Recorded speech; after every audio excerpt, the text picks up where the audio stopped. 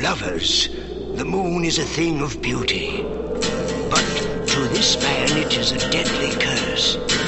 When the moon is full, this miserable wretch turns into a hairy, snarling half-man, half-beast. Prowls the night, his fangs thirsty for human blood.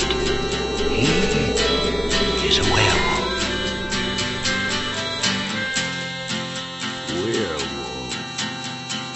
Hello and welcome to Werewolf by Night podcast, the show where we talk about Marvel's #1 lycanthrope, Jack Russell, a.k.a. the Werewolf, a.k.a. the Beast, and a.k.a. the Shaggy One. I'm your co-host, Matt Howell. I'm your other co-host, Jacob Balcom. And we are joined by our good friend, Brad Elmore again. Hey, Brad. Hey, guys. Happy to be back. Happy to have you. This week, I think we're going to dive right in and start talking about our issue, because I have a lot of notes here to get through. By the way, if you want to send us a letter, we can answer your questions, or you can, like we do letter reads on the show, we can do that too. We're at werewolfbynightpodcast@gmail.com if you want to shoot us a letter, or an email, I guess they call them today. No, send a letter to that email address. So this week we're talking about Werewolf by Night number 19, which was July 1974 is the poll date. And I neglected to do my due diligence and look up the credits for this cover, Jacob, on GCD. Can you tell me who was involved? Yeah, I have thoughts. I have a lot of thoughts as well. It's pencils by Gil Kane and inks by Tom Palmer. And we have our Ramita alterations on the faces of the werewolf and Dracula. Yeah, this cover is pretty rough to me. What did you think? Oh, I'm a fan. Okay. I was just saying, I was just alluding to the fact that I was pretty sure Ramita redid the werewolf face and possibly the vampire. Yeah, see, I think my problem is just the Ramita alterations to me makes the werewolf's neck look unusually long for me, and I guess like that was a little bit. It was a little bit off-putting. I like the Gil Kane Tom Palmer team up normally. Yeah, this one I thought this one was okay. It was not my favorite. Tell me why you liked it. I really like Ramita's touch up on the face of the werewolf. But I really like how, we mentioned this a bit in the last episode, but how deceitful this is. Like, this should be in the Hall of Fame, deceitful comic book cover, right? I mean, because we're looking at the Earth off in the distance through space, and we see a lunar landscape in the foreground. The werewolf is like as if he were down on his knees and then pulled back, so he's stumbling back, and someone who looks like Tomb of Dracula's Dracula is trying to bite his neck. And on the other side, someone that looks like Mary Jane Watson is trying to bite the other side of his neck. And he looks pissed off. And it's got a ton of text on it, which is the thing that I always kind of like, even though I know it's kind of lazy, but it appeals to me in some weird way. So there's blood on the moon when werewolf battles vampires. The vampire is saying, "Strike, Lissa. Even a wolfman can provide fresh blood for the undead." And at the bottom, there's another box that says, "The Haunting of Hollywood Hills." We thought this would be a good episode because our guest, Brad, is a filmmaker. So he lives in L.A. He knows all the ins and outs of the film industry, so he can check the veracity of these situations here. The verisimilitude is dead on. This is exactly how movies are. It's a 1-to-1 for both the movie industry, for Los Angeles. I mean, the accuracy is weird. This is the 50th time Jack Russell has fought somebody on a movie set of some kind, I think. Yeah. Is it? Roughly 50. It's at least 3. It's definitely 3. I agree with that. It does seem like a lot, though. You're right. And it's not random happenstance that this has happened. These are all threaded together ultimately, so it's not that random. But yeah, it's a lot of movie set fights. Yeah. I feel that the Kane covers, I'm a huge Gil Kane fan, but it just feels like this is a weird fit for him.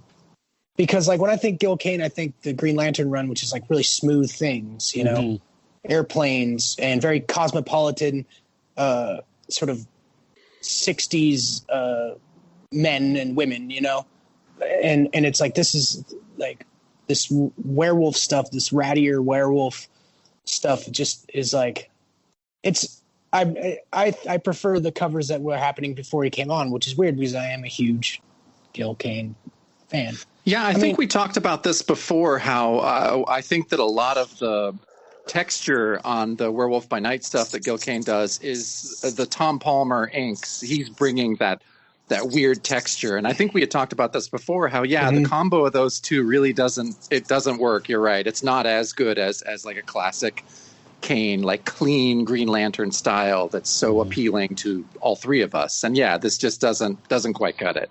That said, it's still a fun Bronze Age comic book cover. Oh, It still has a bunch of cool text, and there's a moon and a werewolf. Like, it is a blast, you know? Yeah. And it's probably one of 200, 300 covers he had to do that month. So, you know.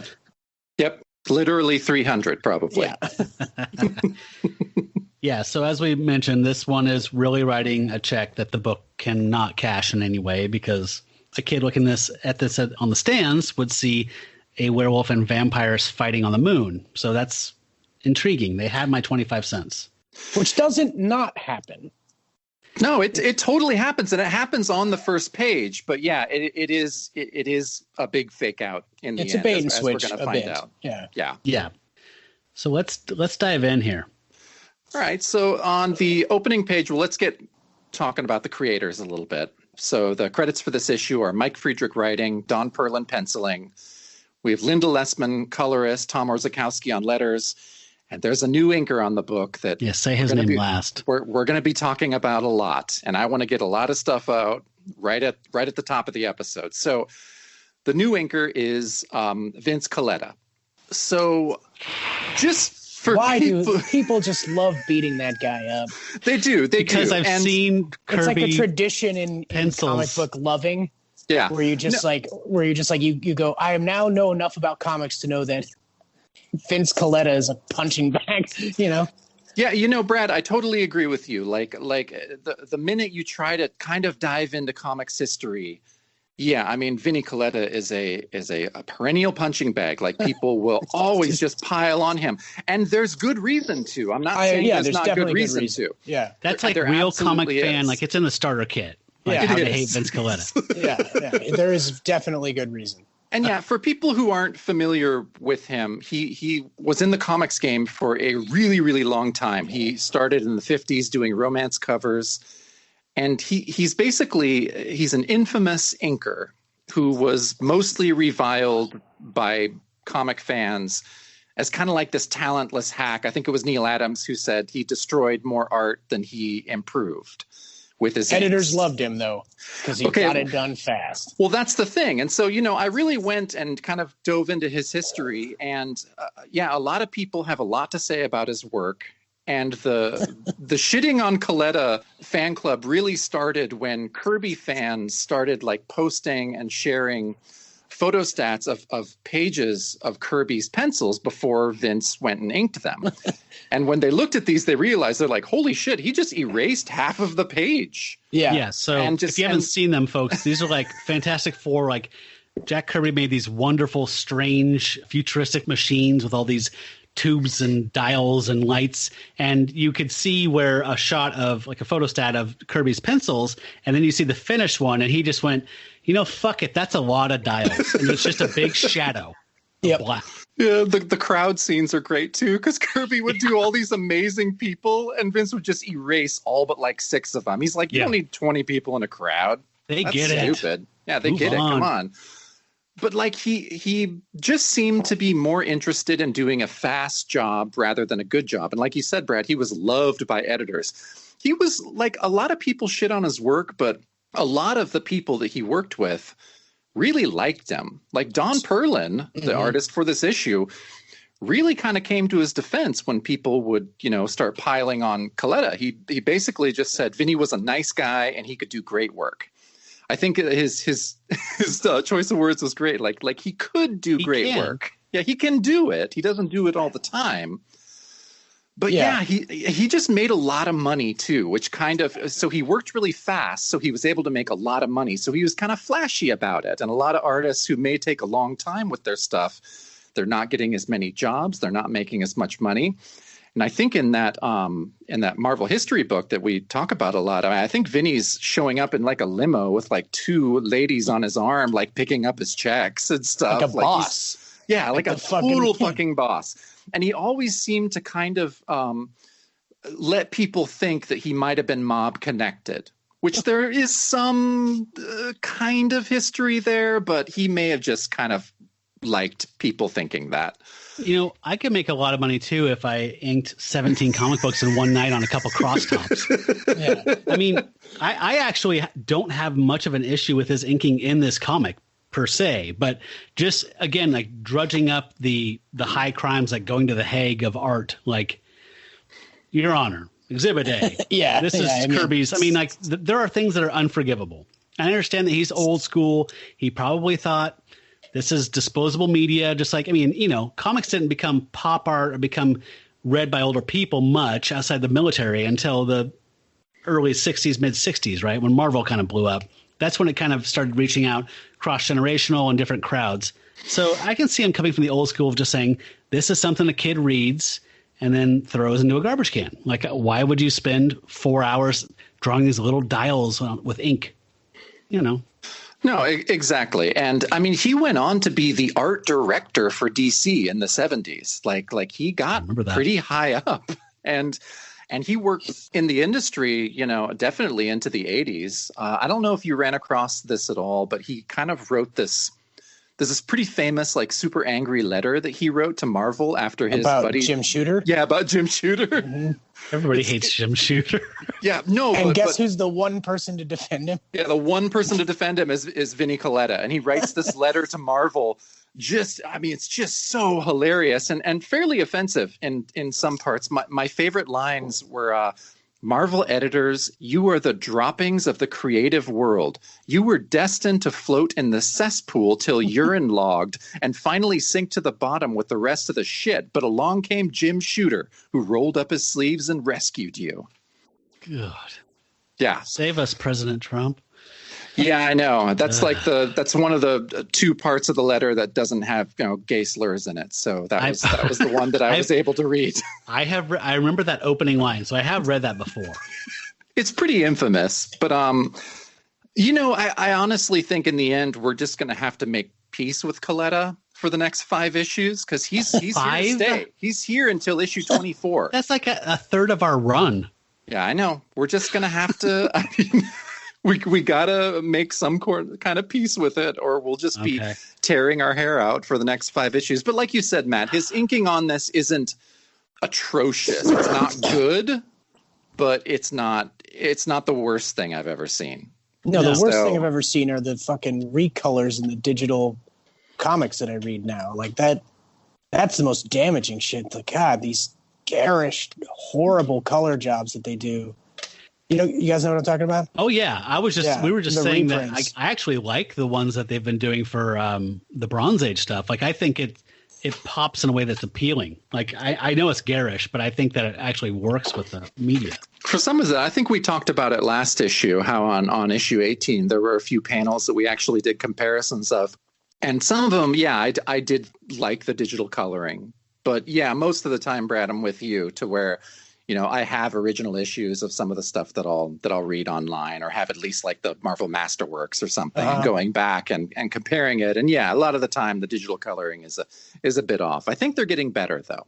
I feel like they're getting slightly better. Yeah, I'd almost rather read these things in black and white sometimes. I feel like they're starting to become hip to that too, and even some of the reprints. Like, I think the recent re-releases of the like Kirby New God stuff, like the recoloring on that is actually pretty great. Yeah. Yeah, my least favorite stuff is when they try and modernize the recolor. Oh, yeah. So like the EC stuff that Gemstone, I think, put out, where there's gradients and these weird that was terrible. That is techniques are just infuriating. So that's our little rant on the creators, and just jumping into this first page. So yeah, we have a similar layout to last issue with like 4 small panels over one large one. And like we've said the last couple issues, you know, God bless Mike Friedrich and his insane storytelling, because the first words on this page are "third night, and I found myself on the moon." Yeah. I was just like, fucking A right. This is awesome. And so, yeah, it says, I, a werewolf by night on the moon. We see like 2 bats swooping down on the beast, and he thinks, crazy bats try to kill me. And he grabs one of the bats and is kind of about to squish it when the second bat slams into the beast, like knocking him down. And then it says, like my attacker's partner saved it. Then the 2 bats shimmered, and I knew my foes to be, and then we have the title of the issue, Vampires on the Moon. And so, the beast is on the ground of the quote-unquote lunar surface. And we see, like you were saying, Matt, someone that looks like Tomb of Dracula, just about ready to pounce on Jack. Even though, I don't mind this version of the beast that's on this first big panel there. I thought that was all right.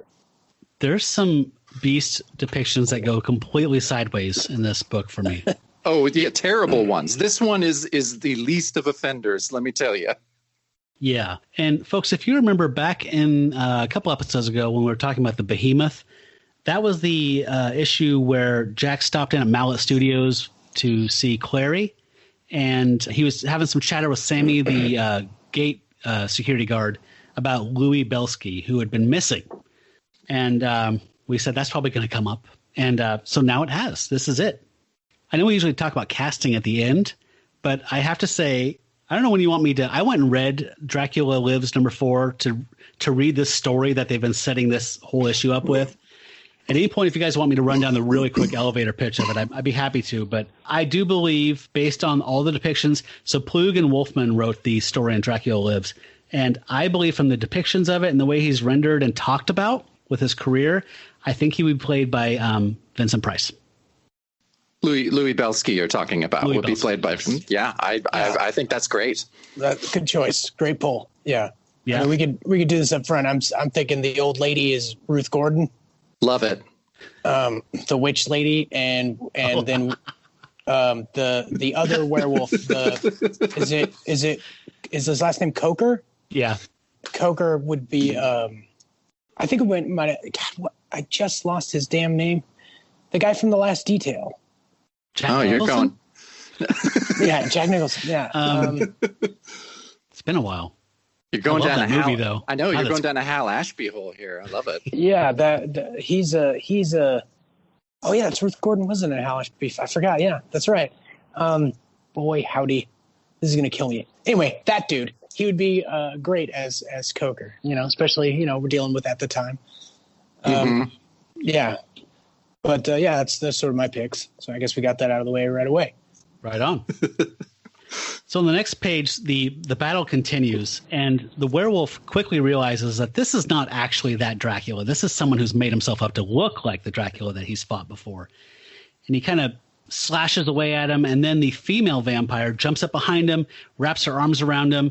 And I have to say up front here, the way that Friedrich wrote their dialogue of these 2 vampires really bothered me for some reason. Like, it never worked. It felt really corndog, like Hanna-Barbera. So she jumps on the werewolf's back and says, I got the werewolf trapped, Louis. He can't get away. And the beast is growling. And he says, excellent, Liza. Hold him then until I can terminate his existence. No, Louis, I'm going to be the one to taste the blood of a werewolf. So she's this totally young, up-and-coming ingenue actress. She has long blonde hair, a bikini top, and pink hip hugger pants with a black belt. She's very cool and hip in a Marvel early 70s kind of way. So she starts to grab onto him, and Louis lunging towards the beast also to sandwich him. And the beast does a little judo and flips the girl over the shoulder into Louis. Judo, Jacob. Okay. That's all right. Drink. So that's one of your things. That's right. I will say that kudos to her for noticing that he's a werewolf. You're which right. doesn't happen often in this sharp comic. She No, she's on. Oftentimes people are like, I don't know what's wrong with this guy, or I didn't get a good look at him, but he seemed really angry. That she at least immediately was like, werewolf. This is a werewolf. Yeah, this hippie's all riled up. Unlike Melody Tune later in the issue. Right. I mean, exactly. So by law of example here, she is the smartest character to have been in a Werewolf by Night comic so far. Yeah. Next to Topaz. Yeah. Next to Topaz. So, you know what? I kind of had that weird, I was thinking about the casting for just the normal, Werewolf by Night characters. And I really think I've come across the perfect casting choice for Topaz. I think she's Britt Eklund. Oh, that's great. Love it. Yeah. You told me that. I forgot. That's perfect. I just think she looks exactly like Nailed her. it. Nailed it. Definitely in between, the Get Carter and Wicker Man era. So it's even era specific, early 70s kind of thing. That Dirty Mary, Crazy Larry one. Yeah. Crazy. Yeah. Well, now I miss Topaz even more. I know. Well, it's okay. We mentioned her.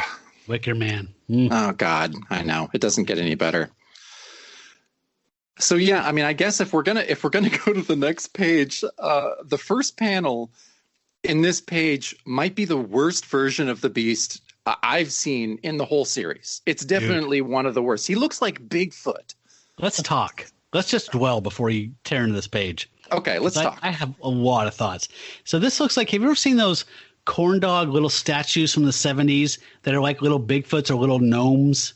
And they look like this, where they have the big head with the long hair, and they say let's get high or get stoned with me, those little weird, you know what I'm talking about? They kind of like Precious Memories, but for stoners. Yeah, statues. I think so. Yeah, I think I'm picking up what you're laying down. So this, folks, the way the Beast is depicted, his face is scrunched down to a quarter of the length of his head and put right near his chin, and his hair is in this weird haystack. Half of his fucking head is a haystack of downward swooping emo hair. And he looks like remember when Beatlemania was happening and everybody had to do their fucking thing? And every cartoon, the Flintstones, I forgot what they're called, the Bugs or the Ants, whatever, but it was their Beatle group. And they all had this stupid fucking version of a Beatle haircut. That's what he looks like. It does. It's fucking ridiculous. And I want to blame Coletta, but it's fucking Perlin and Coletta. Yeah. No, it's bad, and we get this Bigfoot Beast a lot in this issue. So yeah, just another thing we're just gonna have to make peace with for a while. He looks like Tom Brady at the bottom of this page. His brow is down just above his nose, and his eyes are way too wide apart. Yeah, you're right. The Bigfoot hair, it almost looked like a Robinson Crusoe straw hat of hair. Totally. Just such a weird shape too. Or the Hawaiian Punch guy or something. Yeah, fuck. Yeah, exactly. But, it also, I think this is a question that's going to come up a lot when we're trying to decipher a Coletta ink job is what did the penciler intend and how did it all go wrong? So you're saying, Matt, that you think this is in the design. Has to be. No way Coletta added a thing. You're right. You're right. But he's not known for Donnie missed things. this. I will go ahead and cover for his ass. Yeah. If he hadn't put that there, Coletta would have just made it a circle. Yeah, you're right. Just whatever. It's the top of his head. We're moving on. You're absolutely right. So anyhow, on this page, the two bats get the drop on the Beast, and they sink their fangs into his shoulder, then kind of quickly turn back into human-like form, ready to bite. And yeah, Matt, the bottom panel looks so weird because the Beast and Lissa actually look, I don't know, they look okay, but Louis Belsky just looks terrible. The Beast and Lissa look actually good compared to Belsky. Ugh. It's weird. It's a weird. Yeah, this whole page is one of the most garbage pages of the issue. I had a hard time finding anything okay to say about this page.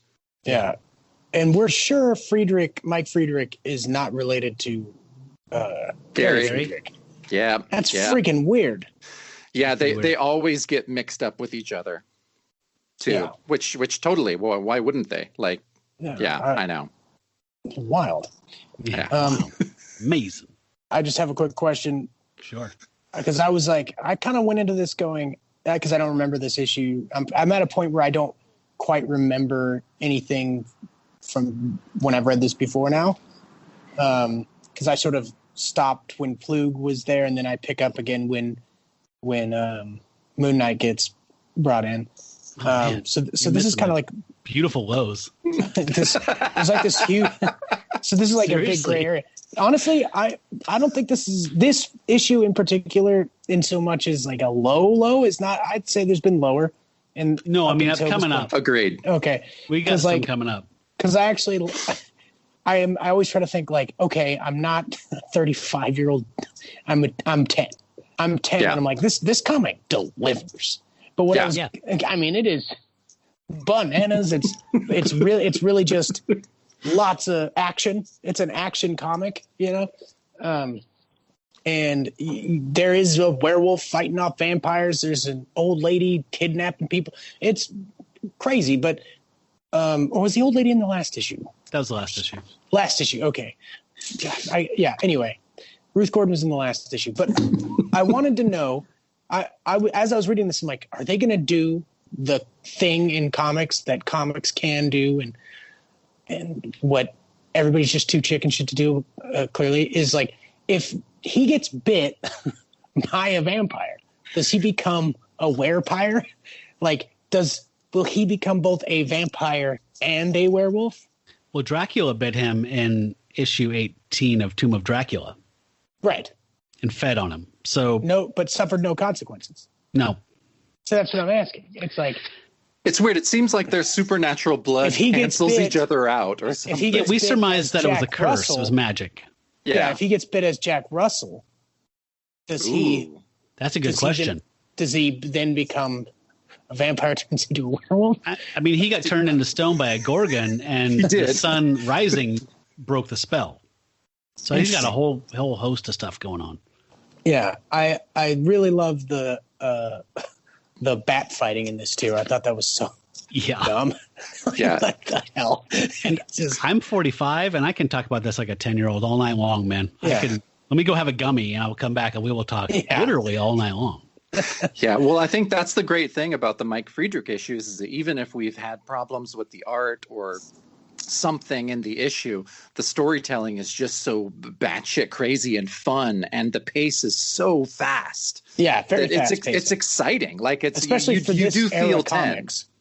This is our 25th episode spectacular, by the way, and I have not read an issue yet that has not delivered to me on some level. This whole run. I mean, they're all fun. Agreed. Yeah.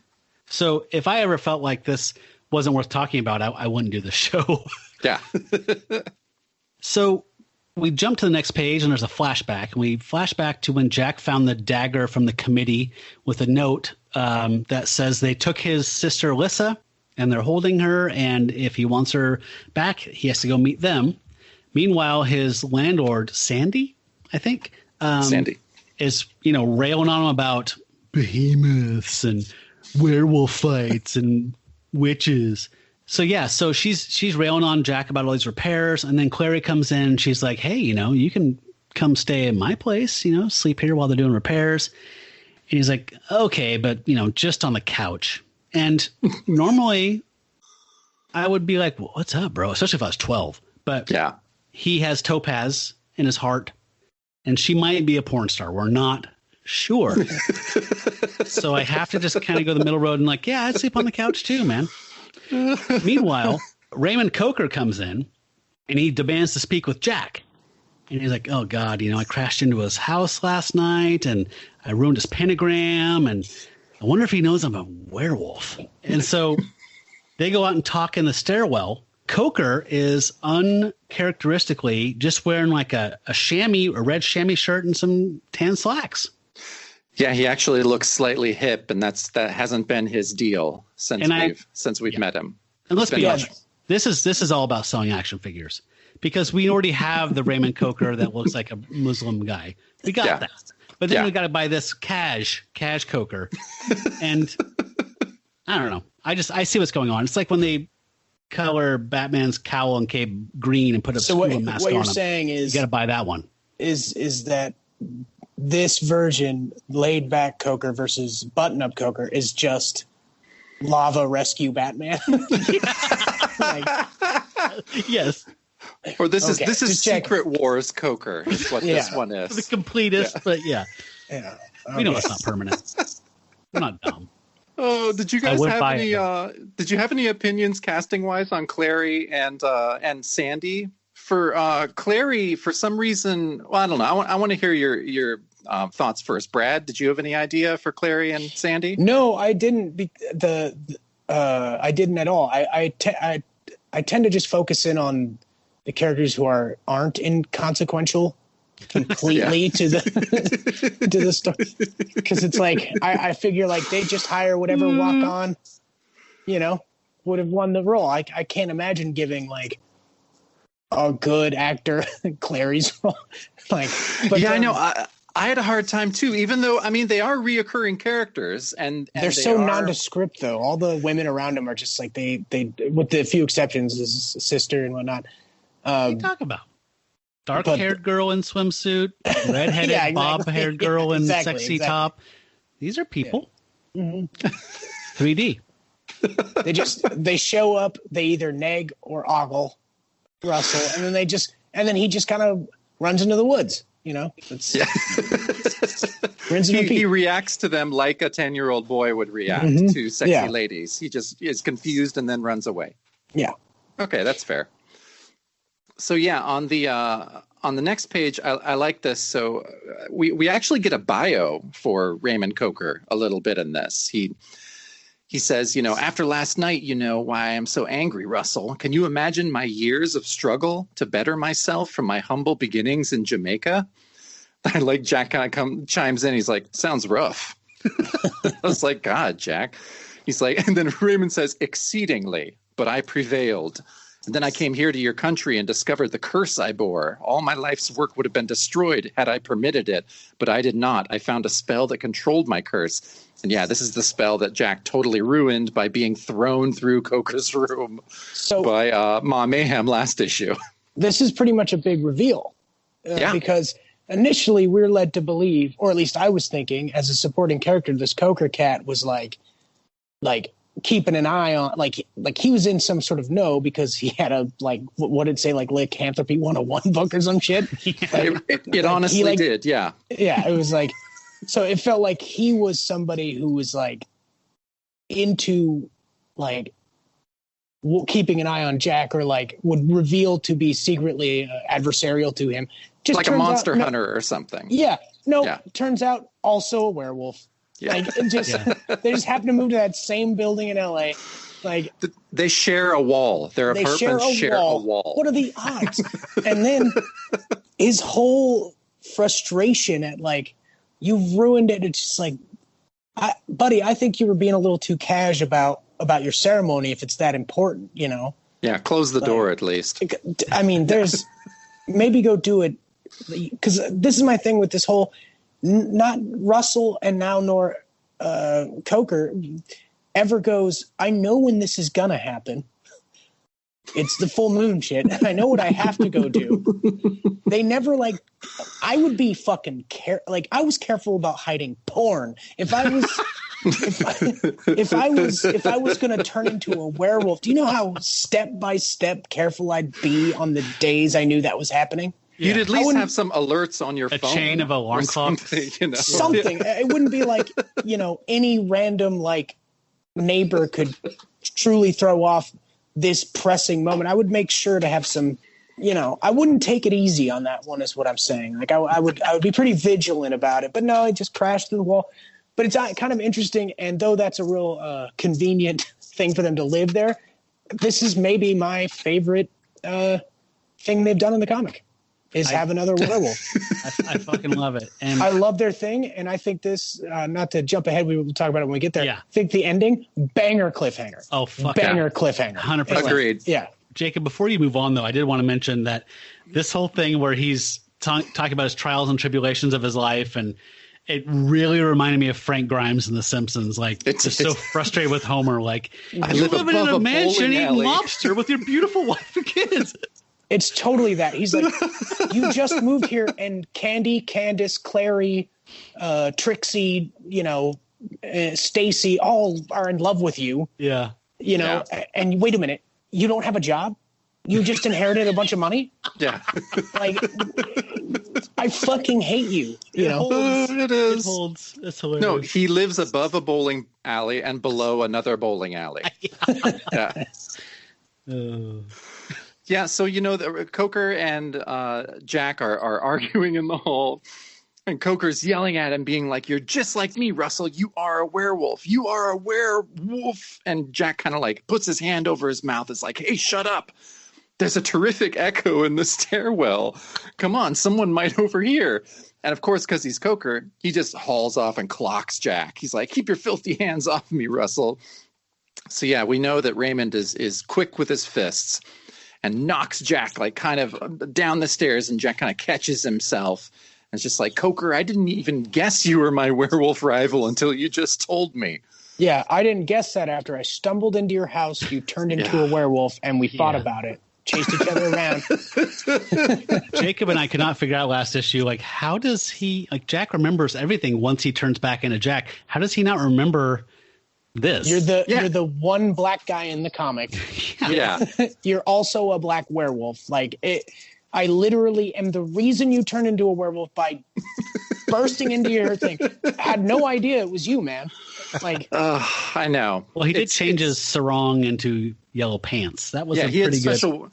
Yeah, so Coker has special werewolf pants, we established. So he at least plans wardrobe, And also that sock that he gives Jack. That's when why the action figure has the left hook action punch. Oh yeah, squeeze the legs. Yeah.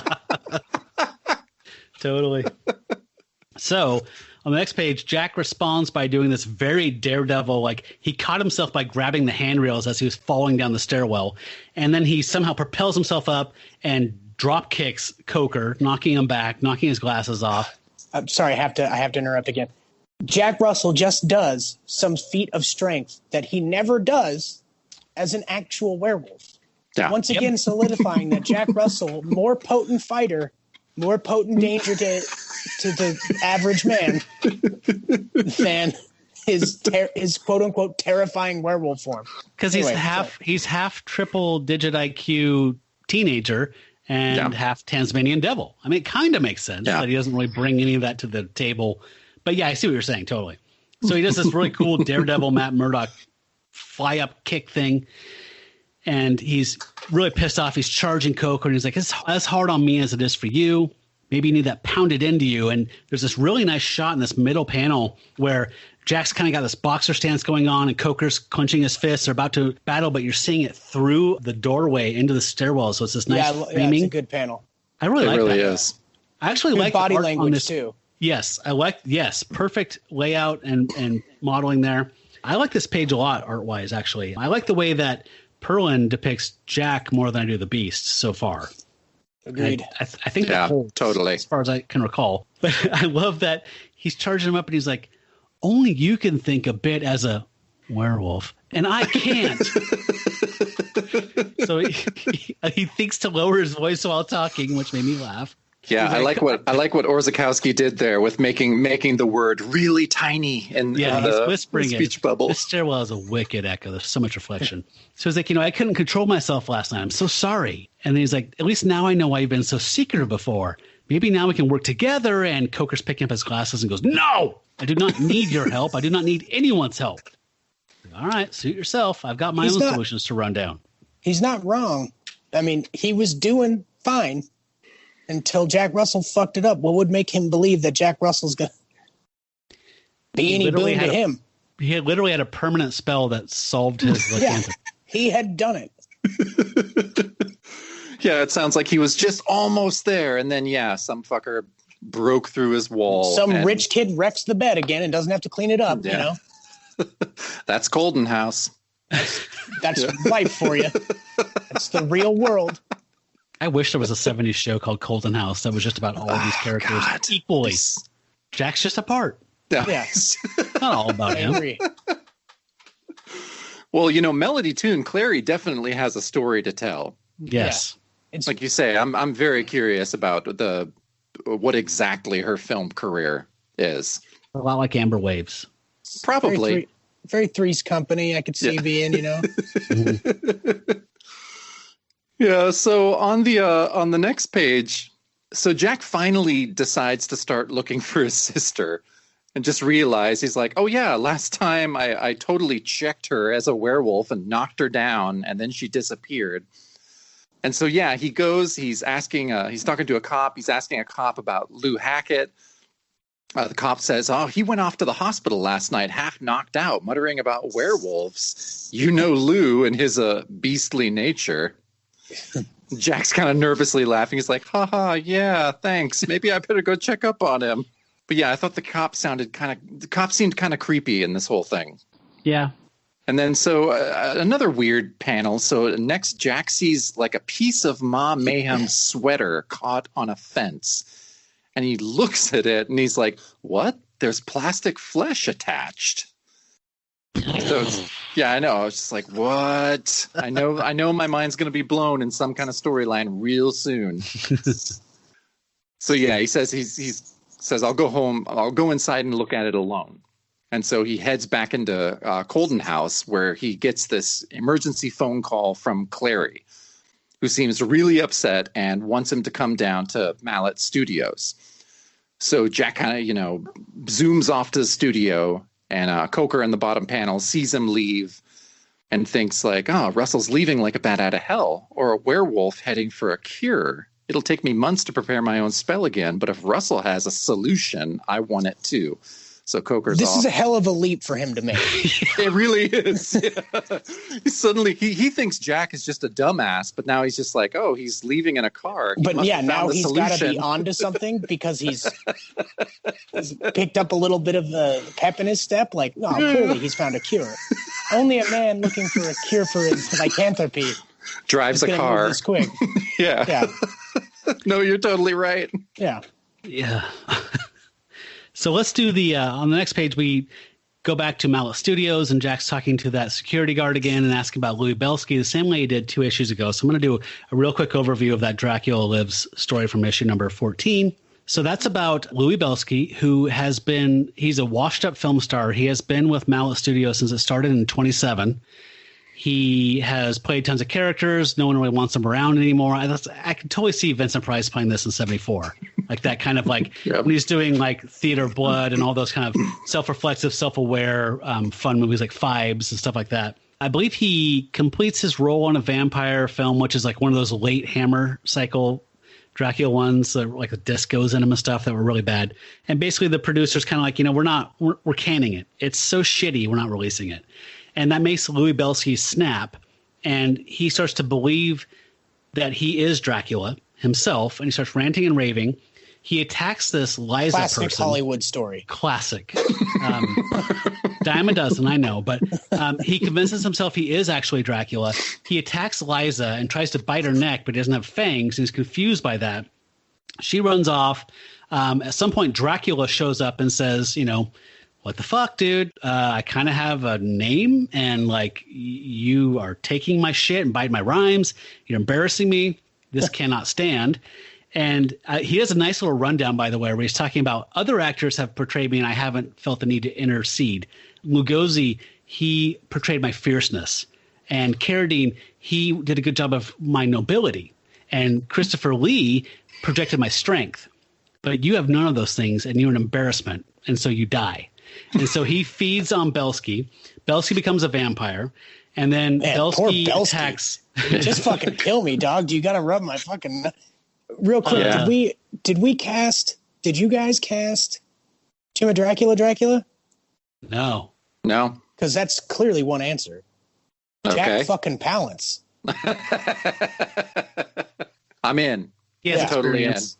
I believe that's who he modeled him after, actually. I think you're right. I've read that. Yeah. Yeah, I think he did. But I was like, yeah, here we go. Yeah. Colon used as a mental model. Yeah. I think so. I think I remember reading that as well. Yeah. So I'm sorry. I forgot something. So before he turns into an actual vampire, before Dracula shows up, he kills the producer, bludgeons him or something. And then Dracula comes, turns him into a vampire.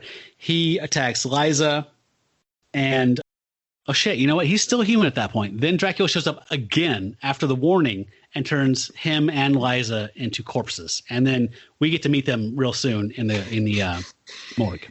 So that's kind of the real quick version of it. It's a pretty good story. Again, it's art by Plug, so it's worth checking out.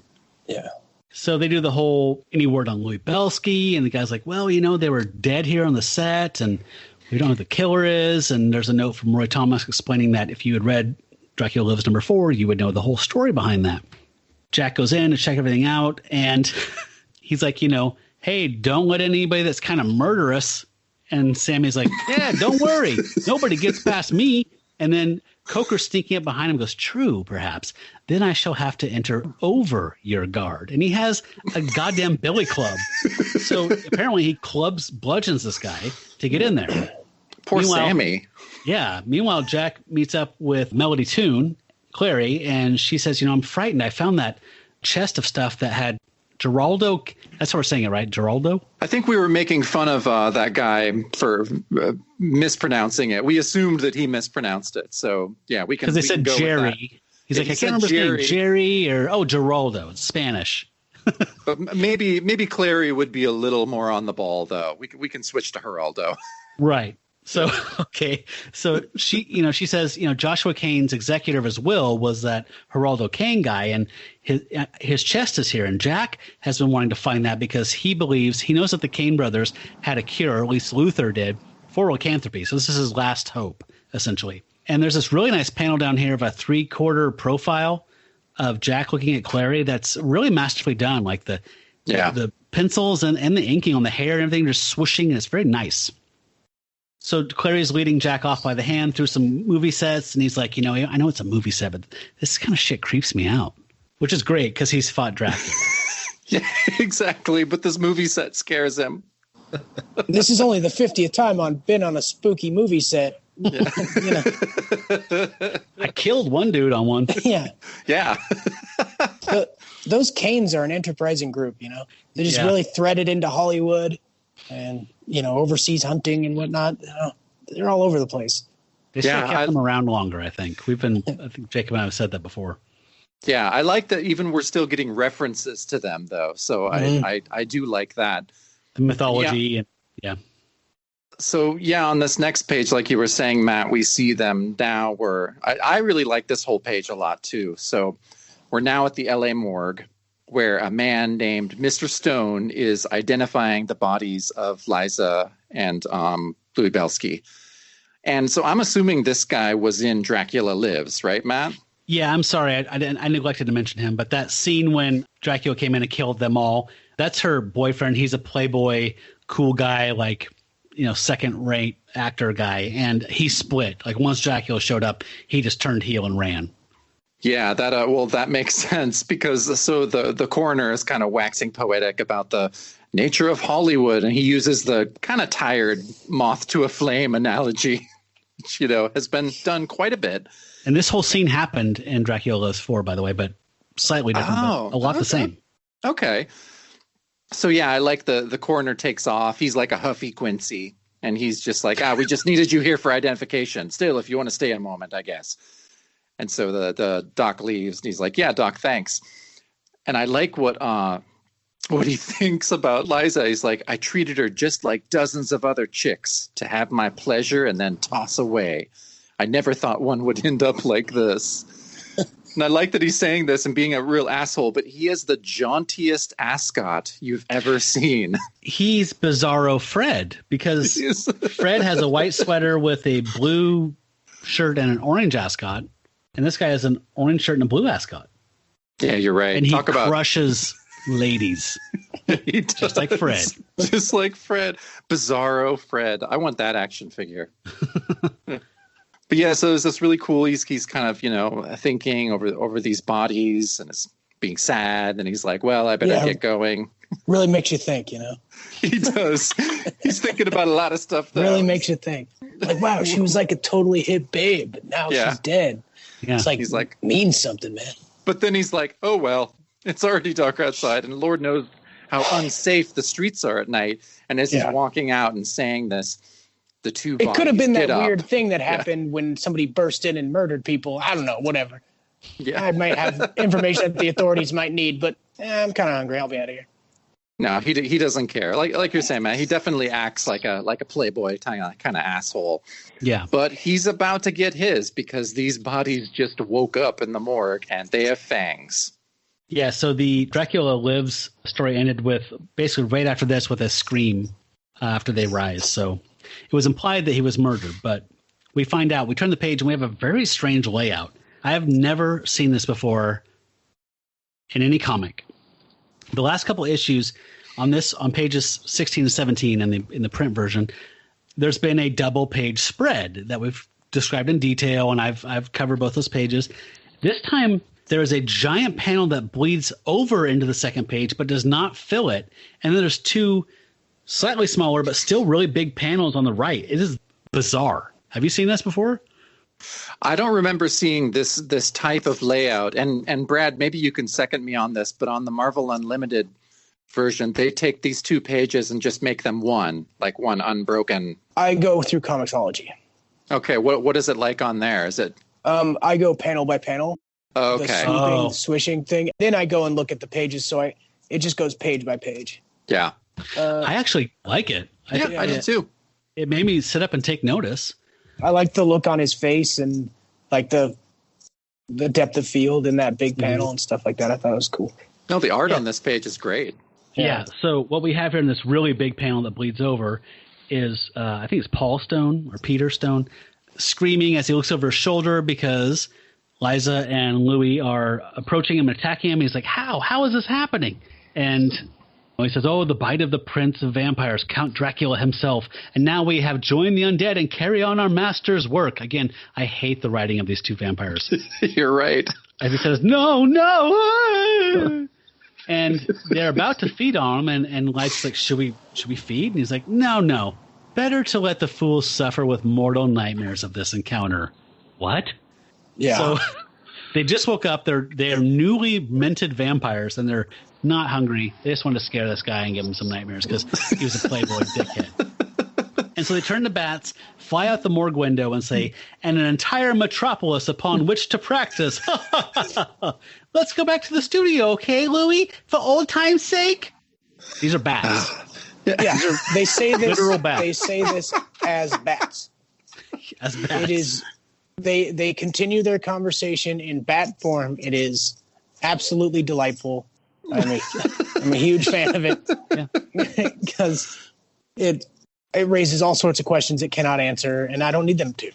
And you would think that, like, in my mind, like when you get turned into a vampire, maybe you get a little knowledge of like the from beyond the grave, of the wider scope of the human experience or something. But she still seems thicker than pig shit. Mm-hmm. Yeah, and also it's like I feel like they're missing out on something of not carrying over their character or his character.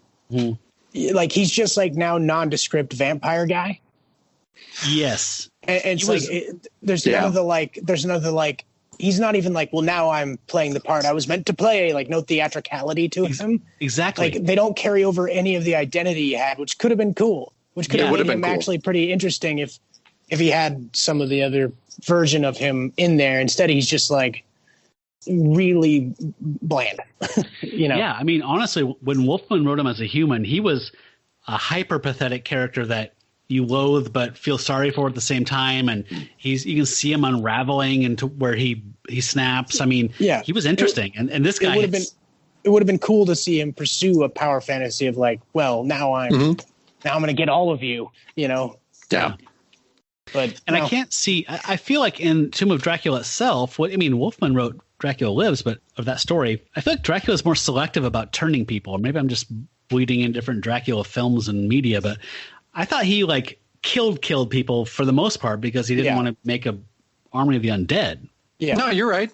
Okay, he has to keep a low profile, otherwise the villagers and people will be like, well, let's go get that dude, Right. So he held Louis Belsky in absolute and utter contempt. Like it was embarrassing. You felt bad for Belsky, how bad he's saying, like, you're a pathetic, wretched piece of shit. So much so that he thought that Carradine was a better Dracula than him. I'm glad you brought that up, Brad. Thank you. I wasn't going to say anything. I wasn't going to say anything. Yeah, we were going to be cool, but no, I'm glad you brought it up. Like, what are you talking about? Like, I totally get being like, Lugosi is the man. I visit him anytime I can. I'm like, you nailed it, buddy. You know, Christopher Lee, thanks for carrying on that torch. Totally different thing. I killed Carradine first. Now I'm coming for you. No, I totally agree. So, unfortunately, personality and character came out in the wash when these guys went to the Undead side. Anyway, Jacob? So this next page is pretty exciting. I know you're excited to see this, Matt. It's a treasure chest full of magical cool shit. Yeah. So, yeah, Jack and Clary, they've found the trunk of Geraldo Cable, which he opens to find it, filled with glowing magical artifacts. Jack says, full of dozens of weird arcane artifacts and this eerie glow. It's absolutely entrancing. And then he thinks, too late. And Clary's watching. She'll find out because he's transforming at this point. And Matt, you would say that he has been transforming. He's been caught unawares, correct? So, hey, yeah, we have to have a drink here. Okay. Dear Werewolf by Night audience, what would you say is going to happen when our dear Clary sees him transform? Does she go, oh my fucking God, he's a werewolf? What would you guess in the track record of this comic is going to be her assumption about Jack Russell? His first action as he starts to change in this series of changes is he tears his buttoned up shirt open and is screaming up at the ceiling. Yeah, it's really... The next panel, he's got claws and covered in fur. And he is a full-on Jack, werewolf. you're freaking out. Yeah, he's like, you're freaking out, man. And then, she says in that panel, she's like, something in the trunk must have sent you mad. I've got to get help, though Lord knows where. So, she does not realize that he's a werewolf, even though she's a foot away from him. So drink. The drink. So are you still having Long Branch? Yep, I got Long Branch tonight. I'm having 4 Roses. Excellent. Next time I do this show, that I will keep up with you guys. I'll have the shots with you. I'm going to hold you to that? Yeah. Okay. We can switch recording to a weekend, too. Yeah. Trust me, you won't need to hold me to that. And so, Jacob, on that third night panel... Oh, God. We have another of the weird emo Beatle haircuts.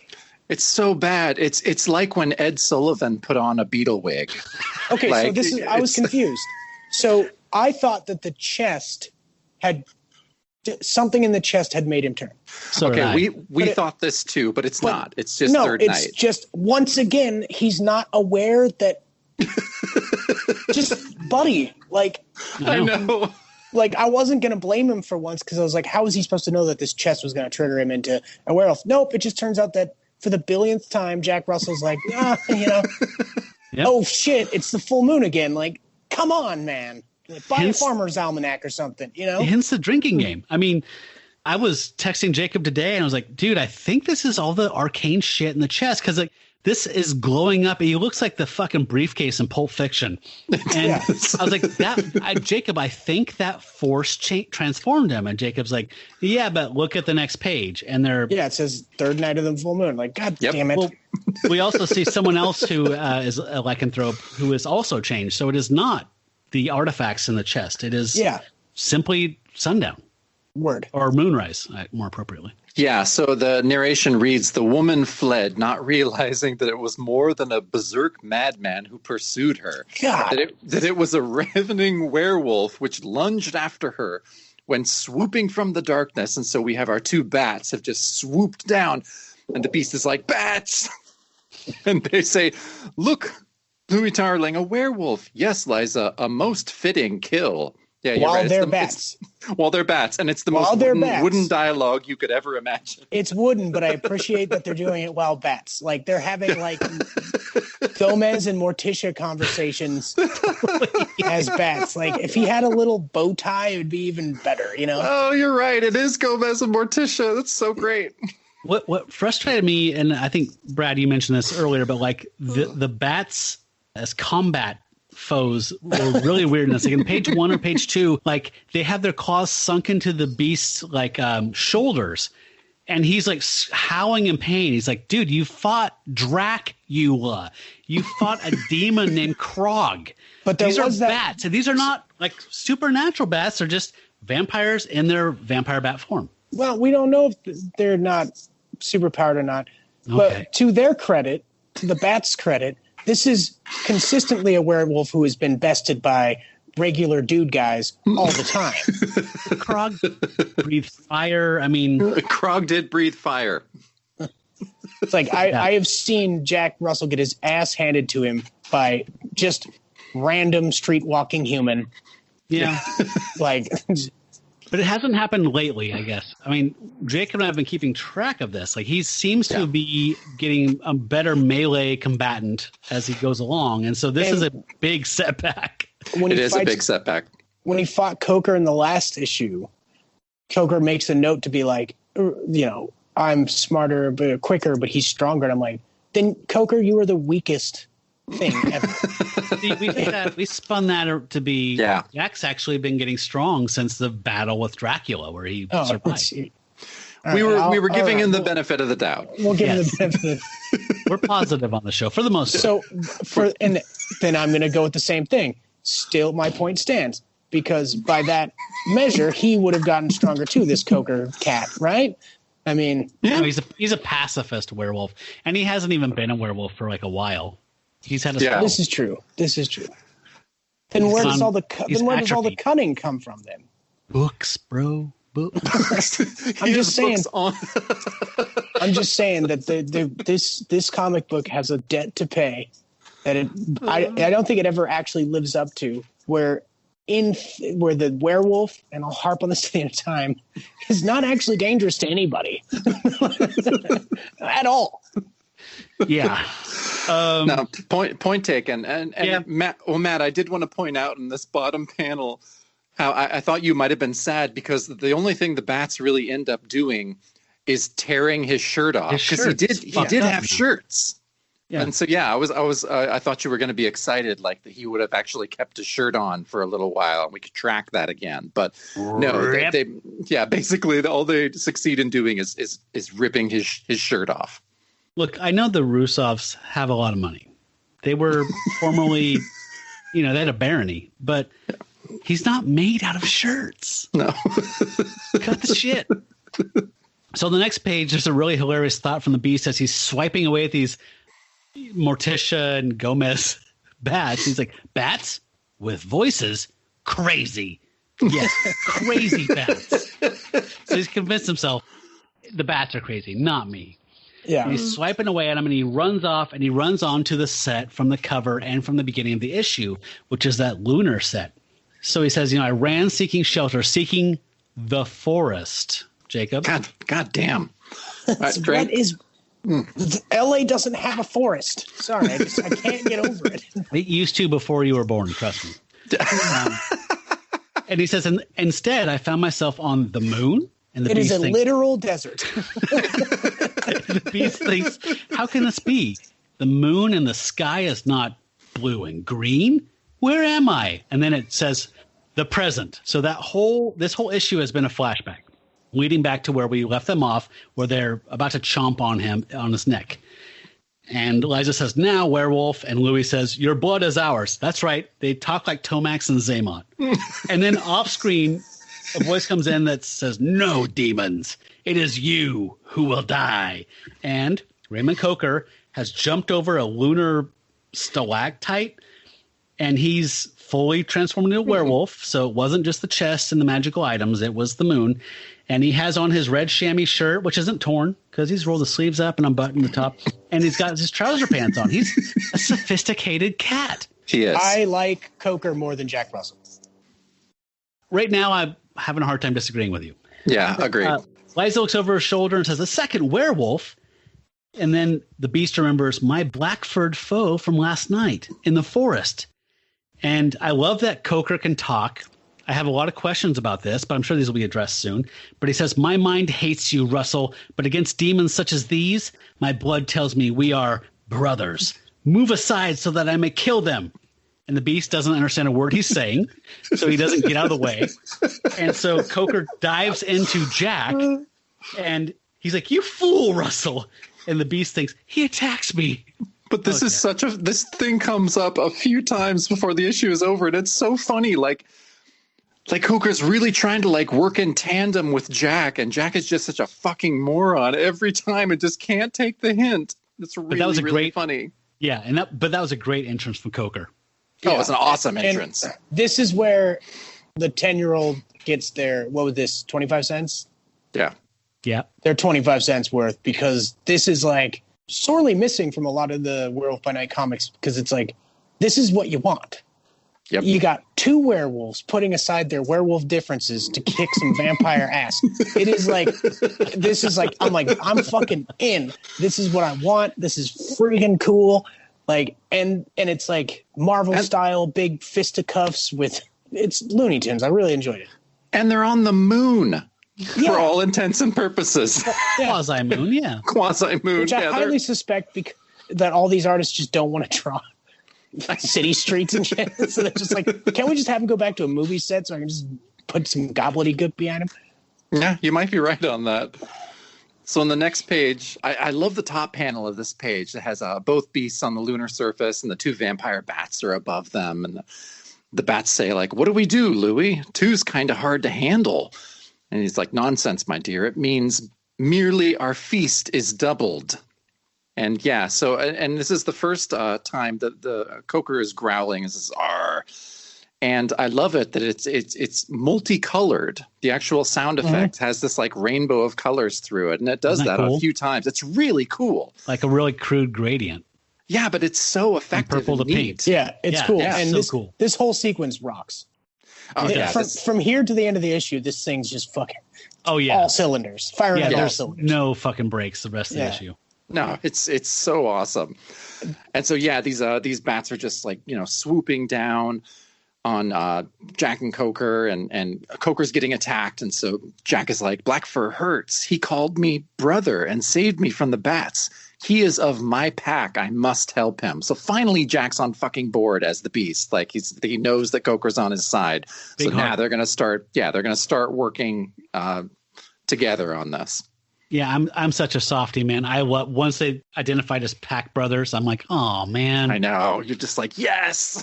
I know Coker's not down with this, but it's still big. Yeah, but Coker came to his rescue. Yeah, true. That's so dope. Yeah, I love it, man. I love this part of the issue. This last third here is so good. We get a panel on the next page to start this page off that I don't think anyone has thought of or drawn in human history. There is a black werewolf down on his back with two vampire bats biting his face, and a Caucasian werewolf on top of him, grabbing each of their wings and yanking up for dear life. And It's amazing. So cool. It is. It's so great. So he tosses them up, and he's like ready to slam them together over his head, but they turn back into people again, and they charge him, and then they grab him and they throw him into the edge of the set, which breaks up and confuses the Beast because it's the moon, but it's now wood. And then Coker recovers, and he says, "Still my wolf brother remained." Coker says, "You die, demons." But then Louis Belsky double hand fist smashes him and says, "Not so, wolf. The strength of a vampire is ever stronger than that of a werewolf." So right as I read this panel, Brad, I was just like, oh, Brad's going to have so much to say about this. Yeah. Once again, it's just there's not one upside to being a werewolf at all. Nor are there many downsides.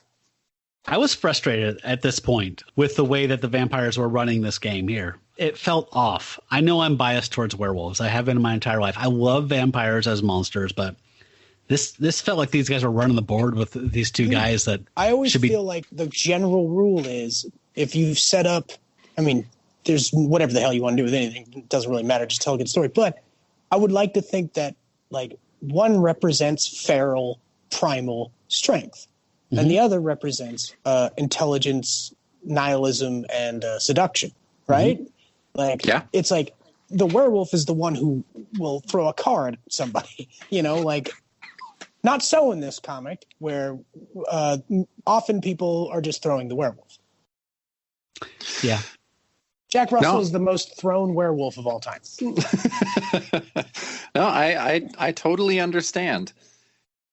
And so on this next page, so like you were saying, the werewolves are both down for the count, and the vampires are about to finish them off. And Raymond says, there must be a way. Vampires, yes, I remember. Wooden stakes can beat them. So he grabs it. This is my favorite moment in the issue, I got to say. He grabs a stake and tosses one to Jack, which Jack thinks he's being attacked and swats the stake away. I have something I got to say about this. Because this could have... I was like, damn it, this is egregious. I wish they'd just get back to tag teaming him. But I also felt like the biggest sin this commits, if you're going to do this, is there's a better gag in here where he fetches the stick and brings it back to him. I was you're right. For 1 second, I thought that's what was going to happen. I was like, this is the greatest comic book ever written. That is funny. That is, yeah. Wow. You're right. They should have taken it that one extra step. One would have been amazing. Got to bring the stick back to my pack brother. Like, it would have been brilliant. Anyway, so. Yeah. And his like crude thought of like, must fetch, must retrieve. Mm-hmm. Yeah. So Jack swats it away, and Coker's just had enough. You can just hear his voice and in his speech. He's just like, "You are an idiot, Russell. They are our enemies." And he's just beyond frustrated with this jackass who doesn't have the kind of sentience that Raymond does as a werewolf. And yeah, it's really funny. And so the two vampires are bearing down on our werewolves in that last panel. So the bottom left panel where Coker is, it says, "My fur bristled as I rose to return the mistaken challenge." And they're kind of squaring off with each other. That art is fucking great. The way he draws Coker, again, in that kind of three-quarter profile. Yeah, I agree. So good. So it is. It's amazing. John Perlin is good at body language. Yep. Yeah. Like when he every time a character squares up, it like you can feel the weight and the stance. It's really good stuff. The next page is one of my favorites because of what happens here. Coker has his stake that he held onto himself, and he shoves it through Liza's chest, killing her. The Beast punches Louis Belsky, picks him up, does the wrestling body slam. That might become part of the drinking game at this point. It's getting very a lot of body slamming going on. Yes. There is a lot. A lot of judo throws, a lot of body slamming. Yeah. So it says the male was unconscious, but that was not enough. This was the hunt, and I wanted to kill. And he chucks him towards the earth, and he collides into the papier-mâché earth, and he has broken the framing that is used to make this giant earth, and in doing so has a big chunk of wood stuck out, and he has impaled his heart and is hanging up from a shattered earth, dead. And so they're recovering from this, and they kind of wake up, and it's dawn, so they both turn back in their human forms, and Coker says, we beat them, Russell. And Jack says, so it appears. I don't remember much. Coker says, after we scatter the vampire's ashes, you can tell me why you came here. And Jack says, is that why you followed me? Come, I'll show you. And yeah, so we get to this last page, which is so badass for so many reasons. So I'll just get on and explain it. So Jack and Raymond are going through Geraldo Cable's trunk full of magic doohickeys. They dispersed the ashes, and it says that we dispersed the ashes. Then I freely explained my trip and took Coker to Cable's trunk. And so, they're looking through this. Coker has a bit of a change of heart. He's like, Jack, you saved my life this last night. I was like, aw. And then, so then they're looking through this, and Coker grabs this book. He's like, say, what's this? Jack's like, it's a book. And he... which I thought was awesome. And Coker's like, yes, but not just any book. And shit. Yeah, Coker immediately, he recognizes this as, the book says Libro del Maletos, and which I think is Book of Curses. And Raymond recognizes this book as one of 3 known copies that he says all were considered lost. And so they're reading this book, and Jack says, hey, the words are changing from Spanish into English right before our eyes. He's like, good Lord, Coker, read this. And on the page it says, "There is but one cure for the curse of the wolf, that the cursed one find another werewolf and kill him under the full moon." And both of them are just kind of looking at each other as Jack is reading this. And then the bottom for the preview for the next issue says, "Next, brother versus brother, and then into the lair of the committee." Fire. That page is fire, man. It's just so badass. That's Libro the type de of thing that makes you go, Malditos. I have to find the spinner rack next month and buy this issue because I have to know, you know? Yeah, Friedrich is so good at that. Like, he just makes them so exciting, and they all end on these such cliffhangers that you can't wait for the next issue. Yeah, and it's a good kind of cliffhanger. It's not the kind where it's like, oh, this character's now in danger randomly from some. Yeah. It's like, no, we've just built this relationship, and now it has to become adversarial. How are they going to resolve this? You know, it's like, oh, that's a good cliffhanger. That's Matt, brilliant. Yeah, I knew that you would really like this, Matt, because it has a magic book that changes its text from from Spanish to English. And I'm like, oh, Matt's going to love that. Yeah, which I thought wasn't. I did, but honestly, when they pulled up Libro del Malditos, I was like, okay, I took some Spanish. This book of the something bad, mal, being bad. I thought, well, obviously Raymond Coker can speak Spanish. He speaks English. He probably speaks French. He speaks, whatever, Haitian, and he's a really smart dude. But no, Friedrich just says, oh, fuck that dude. What if the book changes languages based on its audience? I love it. Yeah, I love it too. I mean, I know some people could think it's a weird, shortcut, but I just think it's awesome. Mm-hmm. Yeah. Yeah, and Jack's grown up in Southern California, so he should know Spanish a little bit, no? Yeah, he's a rich kid. Yeah, oh, right. No, he wouldn't know anything. But also, it begs the question, why doesn't the title change? Good point. True. Good point. Let's talk about our final thoughts here. Loved it. Yeah, I loved it as well. It's like there's a breakneck speed of storytelling that continues with this issue. Like, there's nothing rote or stale about the story. Like, even the stuff that's silly or even the art that doesn't work, it's just moving so fast and it's so satisfying that I can forgive a bunch of faults. I can forgive a Coletta ink job because of the story. Probably one of the better build-ups and usages of a supporting character into the main cast.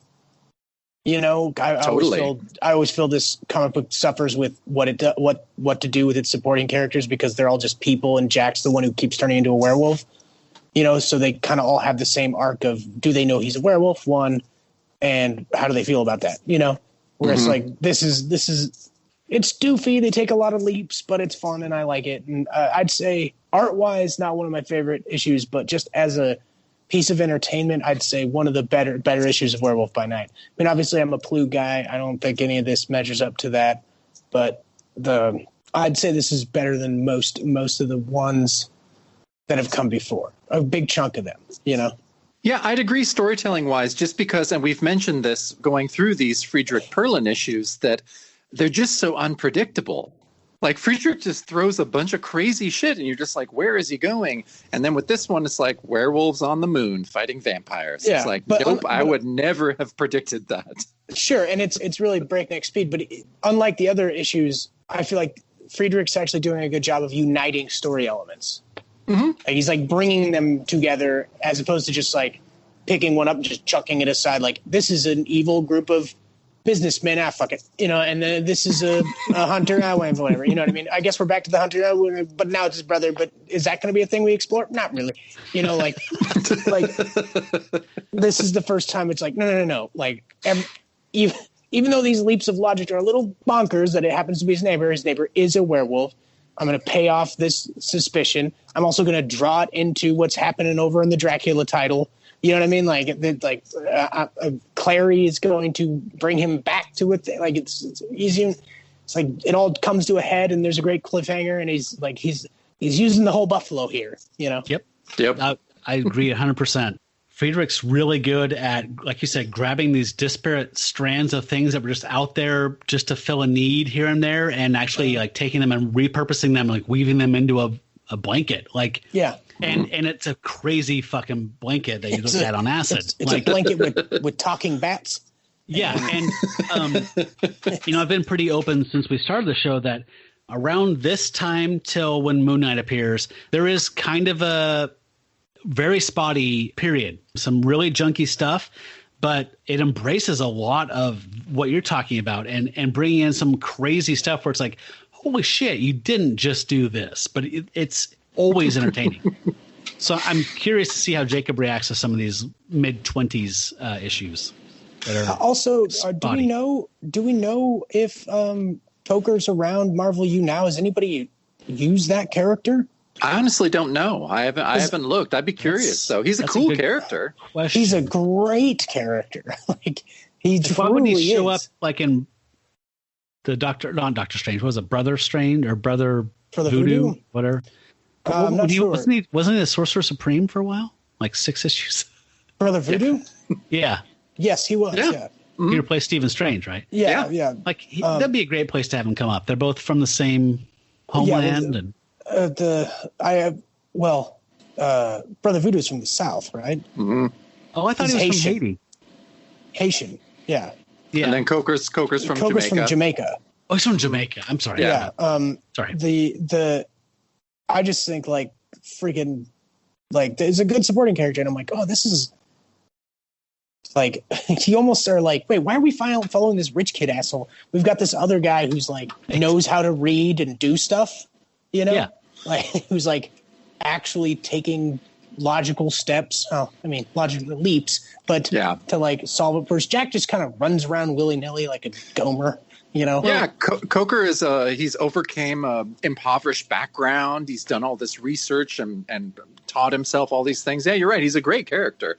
Mm-hmm. Right. And it's not like him being prickly or arrogant is a problem because Namor has been around for 70, 80 years. I mean, it makes him sort of interesting. I really love this issue. I'm like, this one's rock and roll. I thought it was good stuff, you know? Yeah. So do you have any beef with the movie sets or we talked about the verisimilitude. Are you mad? No. In your experience, I guess what we're saying is you've made a vampire movie, for God's sakes. I will say that I prefer this type of set to the like. See, the thing is like all these cats grew up watching over and over again. Very clearly, they love their Universal monster movies and stuff like that. But if you've noticed, there's a tendency to like throw them in a Western or throw them in a Gothic setting. Yeah. When they go to a movie set. Definitely. It was actually kind of refreshing to be a sci-fi setting with monster characters. Like the moon. Mm-hmm. Like, dude, I'm like, oh, this is fun, you know? It's like, I was loath for it to be another bunch of trees and or like a saloon, you know? With swinging doors, you know? I like saloons. But yeah, okay, so we all loved it. Yes? Yeah. And that's exactly how I made my last movie, too. I mean, it's basically, it's almost like reading a documentary of filmmaking. Yeah. So before I forget, listed in this issue as other stuff that was available this month is Giant-Sized Creatures #1. Werewolf meets Werewoman.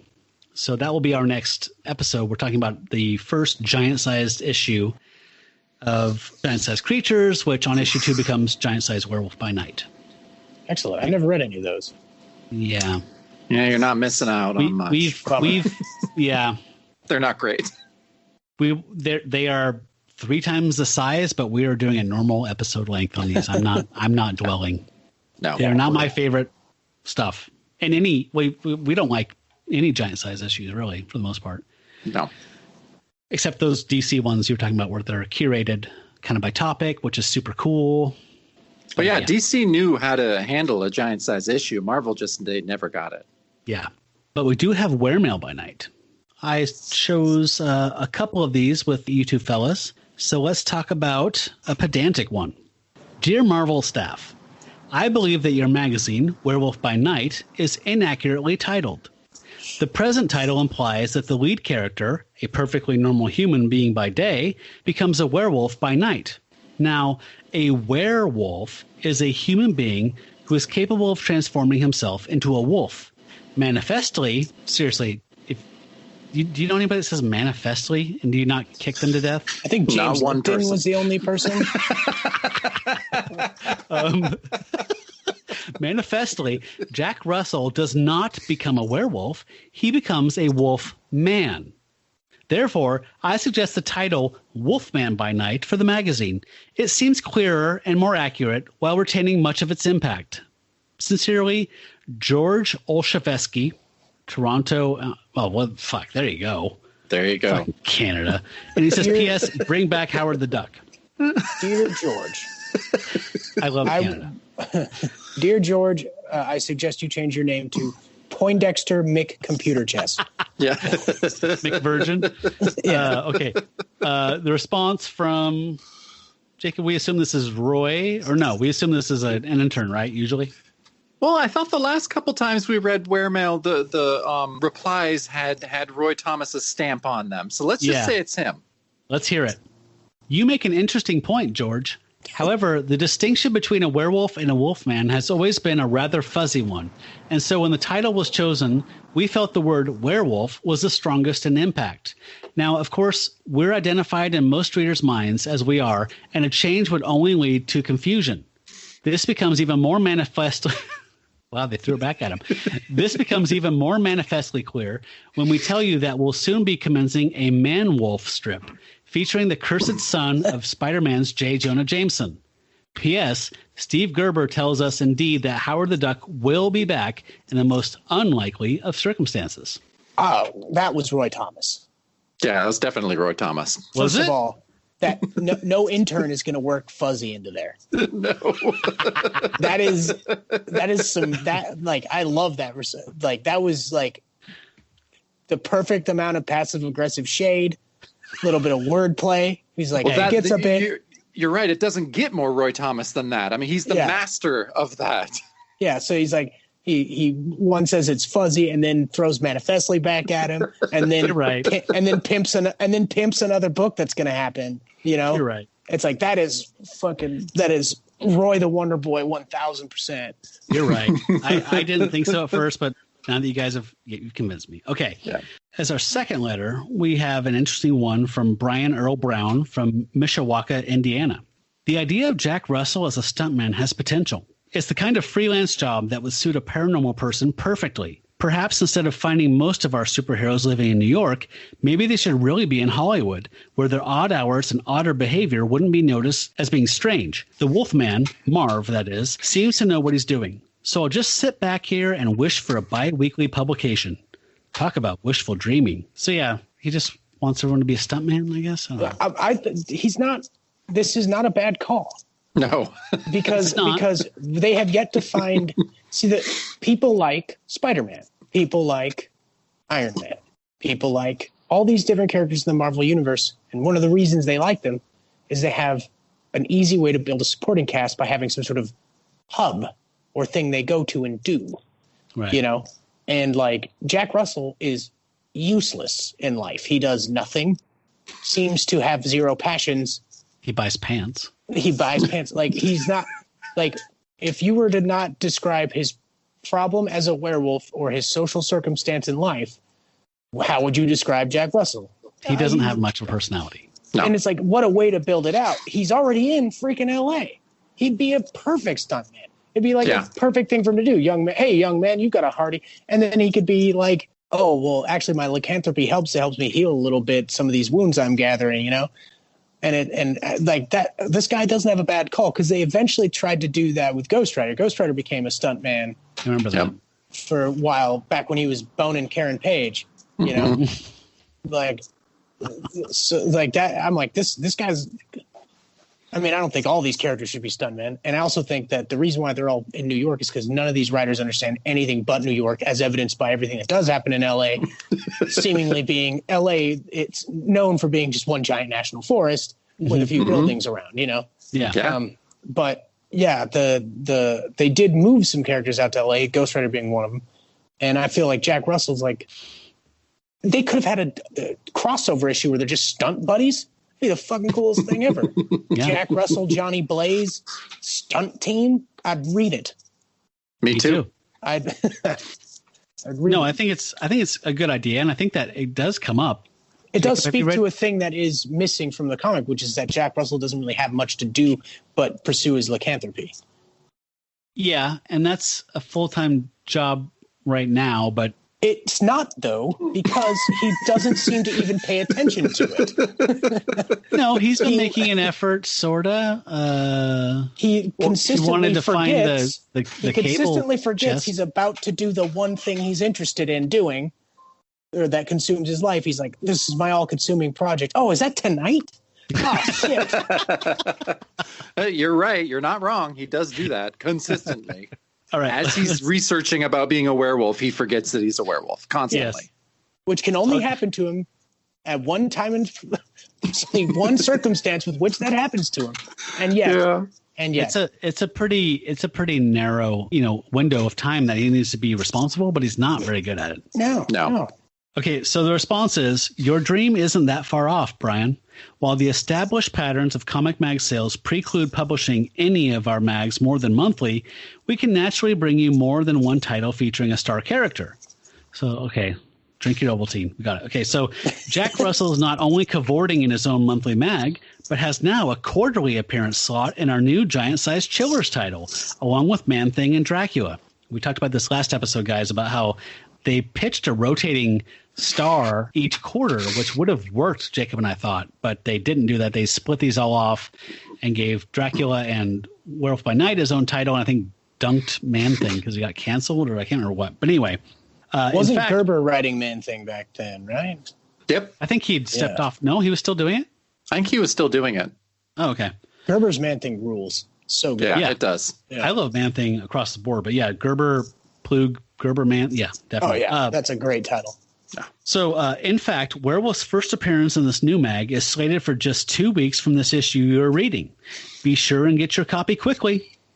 As for the stuntman role for Jack, there just hasn't been enough space to get into that side of Jack's life, what with Dracula and the committee occupying most of Jack's time. But eventually we're sure we'll be delving right into Jack's grease paint life. So there you go. Life. All right. Yeah, he's a performer, I guess. He's a clown. Everybody loves a clown. Yeah. Why don't you? Yeah, so I know we're going to dive into giant size creatures. And we didn't mention that this is Mike Friedrich's last issue. Yeah, it is. And bummer. Yeah, I know. I want to see him carry through that thread. This is not good. I know. No, it's not great. In giant size creatures, Tony Isabella is going to be a writer, and then in the next issue of Werewolf by Night, it moves to Doug Munch, who is going to be the writer for the rest of the series. Isabella is a guy who I go back and forth on. Me too.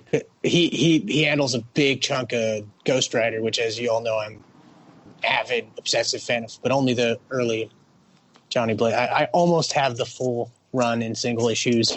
Obviously, I don't have his first appearance in the Marvel Spotlight. Yeah, but I'm collecting them, and Isabella's a guy who I just like. I wish he would do a little better, but sometimes he nails it, Sometimes. I feel the same way, honestly. I don't hate him, Yeah. And Jacob, is that Perlin doing the art on giant sized creatures? Yeah, it's Perlin and Coletta. Okay. So So again, Coletta's like, how many issues you got? Yeah. This is due when? Tomorrow night? Yeah. Done. I can take 7 more. Perlin rolls off. His 22-year-old intern answers the phone like, "Oh yeah, what do you need? Yeah, I got that. Yeah. By Tuesday, you need 6 comics done. Cool." And then the intern's like, "But Vinny," Scaletta rolls off his intern. Excuse me, and she's like, "But Vinny, it's Monday night." He's like, "Don't worry, babe. I'm Vince Scaletta. Like a cigarette. This will take me 16 minutes." Maybe he's like a Thomas Kincaid, and he had a whole 20-person staff beneath him just inking, and he's just like, there, I did one brush stroke. I feel fine sending my name to it. There you go. Yeah, it was funny when I was reading about him, because I was looking at some of the covers that Coletta did of romance covers, like from the 50s and 60s, and they looked pretty good. But then I was reading, I think it was in an Alter Ego article or maybe something I read online, that he may have farmed those out. Like Bob Kane, style. Businessman. Yeah. I know.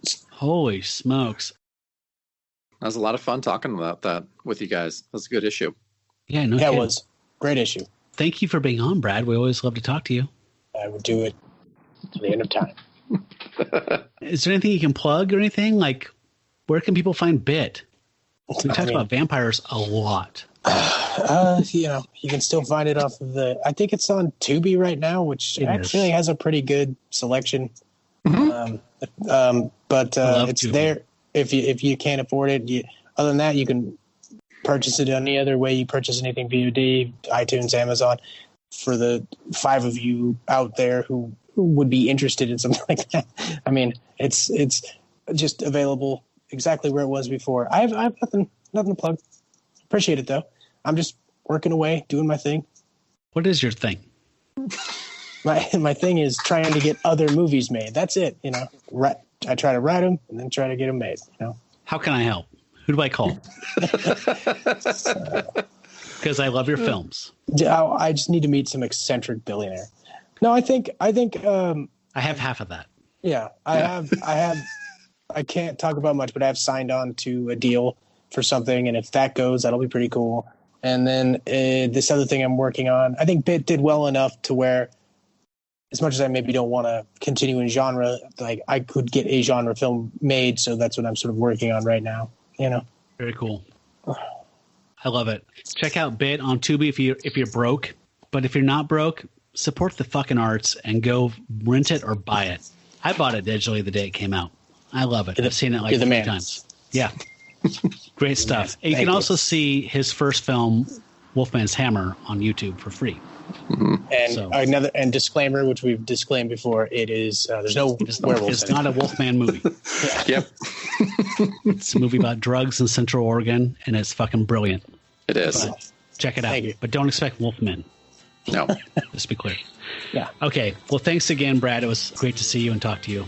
It's always Absolute a pleasure. I love this show. It's my favorite podcast. Thanks, right Brad. on. Yeah. Well, join us next week for Giant Size Creatures #1. Till we meet again, neath the full moon, furry ones.